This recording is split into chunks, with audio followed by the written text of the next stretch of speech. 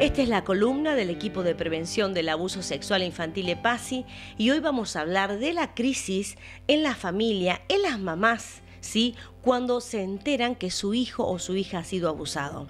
Generalmente las mujeres, cuando se enteran, entran en una crisis bastante grave, una crisis aguda que pueden tener distintas características. Generalmente las mujeres entran en depresión, especialmente si el abusador ha sido un familiar, alguien que está cerca, alguien que es conocido.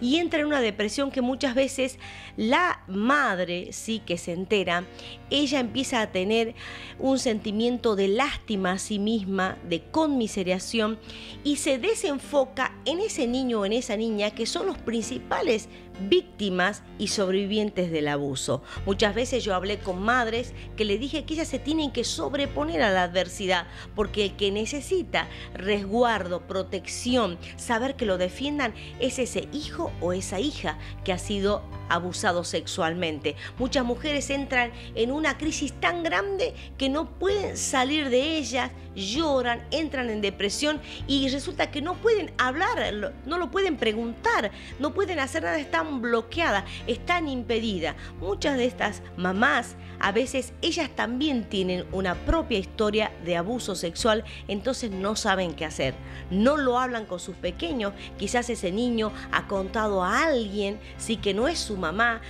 se enteró por otras versiones. Entonces lo importante acá es poder recuperar la comunicación de ese hijo o de esa hija con la madre, que la madre se anime a hablar, que busque un espacio de confianza y no culpabilice al niño y no lo amenace, sino que pueda empezar a construir esa confianza, a construir esa comunicación que no la tuvo antes, porque generalmente los hijos, cuando son grandes, ¿sí?, y se dan cuenta que han sido víctimas y toman conciencia de que han sido víctimas de abuso sexual, empieza un gran resentimiento hacia la madre. ¿Por qué hacia la madre? Porque ellos dicen: ¿por qué mi mamá no me cuidó?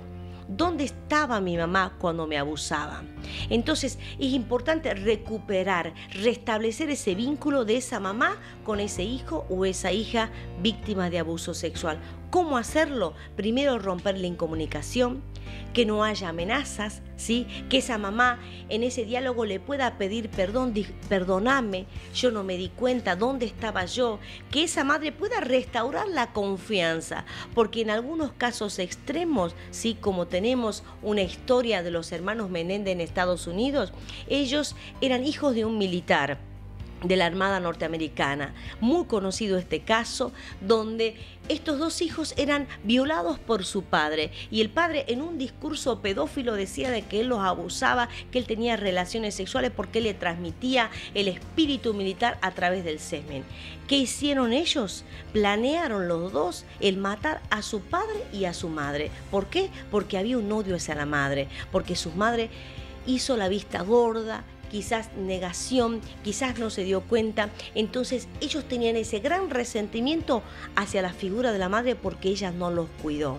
Entonces es importante la restauración del vínculo de esa mamá con esos hijos, con esa hija abusada, ese hijo abusado. Primero acercarse, ¿sí? Y reconocer que quizás, bueno, obviamente no somos culpables de venir quizás de una familia abusadora o haber estado en un descuido, pero ese hijo o esa hija necesitan que esa mamá reconozca que los descuidó, reconozca, ¿sí?, su grado de irresponsabilidad o responsabilidad en este caso, ¿sí? Es importante y saber que es posible volver a restaurar ese vínculo. ¿Para qué?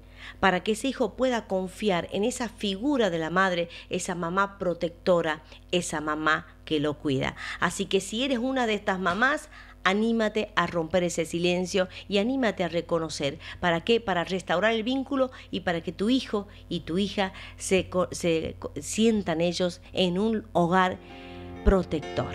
Nos vemos hasta la próxima.